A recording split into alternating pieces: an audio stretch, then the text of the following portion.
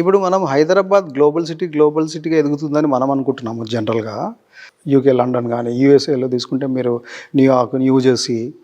So, ఇట్లాంటి status అంటే ఇలాంటి స్థాయిలో మన హైదరాబాద్ డెవలప్ అవ్వాలంటే గవర్నమెంట్ తక్షణమే ఏమేం చర్యలు చేయాలంటారు? అంటే అక్కడ ఉన్న పర్సన్స్ వేరు, ఇక్కడున్న పర్సన్స్ వేరండి. మనకు తగ్గట్టు, మనకు నచ్చినట్టు, మనకు తగ్గట్టు ఇక్కడ డెవలప్ అవ్వాలి.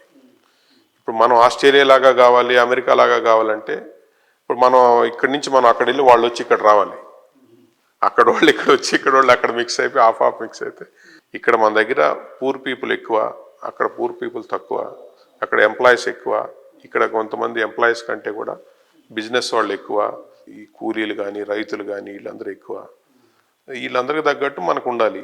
మనం అన్ని అమెరికా లాగా చేస్తే, లండన్ లాగా చేస్తే కూడా ఇక్కడ కాదు కదా, జరగదు కదా, అందరూ అఫోర్డ్ చేయలేరు కదా, లివింగ్ కాస్ట్ పెరిగిపోతుంది.